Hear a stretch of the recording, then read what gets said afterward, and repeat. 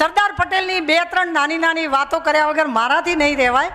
સરદાર પટેલ ગાંધીજીને ભગવાન માનતા હતા અને ગાંધીજી એમણે કીધું એમ પોતળી પહેરતા હતા ને, પછી ભરપૂર શિયાળો હતો ને હાડથી જેવી એવી ઠંડી હતી, એટલે ગાંધી પોતળી સિવાય પહેરે નહીં. એટલે એમના માટે ચુસ્ત મંડપ બાંધવો પડ્યો.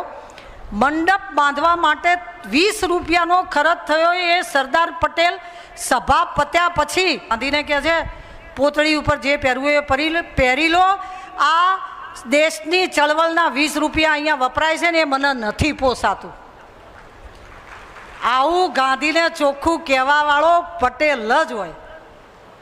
સરદાર પટેલની એક મને ગમતી વાત શરદ ઠાકરે કરેલી છે કે એમને બારડોલી સુરતની જોડે એક આશ્રમ છે, ત્યાં બપોરે જલોદરની બીમારી હતી ને આરામ કરતા હતા. મણિબેન બહાર એ કોઈ અવાજ ના કરે એટલા માટે બહાર ઊભા હતા અને અમદાવાદથી મિલ માલિક શેઠિયા આવે અને એવું કહે કે સરદારને જગાડો, મને એપોઇન્ટમેન્ટ આપી છે ને મારે વાત કરવાની છે. એટલે કે ના, સરદાર ઊંઘી ગયા છે, નથી જગાડવાના. એટલે કે પણ અમને સમય આપ્યો છે. એટલે કે સમય આપ્યો હોય તો બી અડધો કલાક રોકાવ, નહીં ઉઠાડાય. આ રકઝક થઈ એટલે સરદાર જાગી ગયા. સરદાર જાગી ગયા એટલે શેઠને અંદર બોલાયા. એ શેઠ કે બહાર કેવા ઊભા રાખો છો, અમને ઓળખતાય નથી. એટલે સરદારે શું જવાબ આપ્યો હતો? ઓળખે એવું કંઈક કરો ને.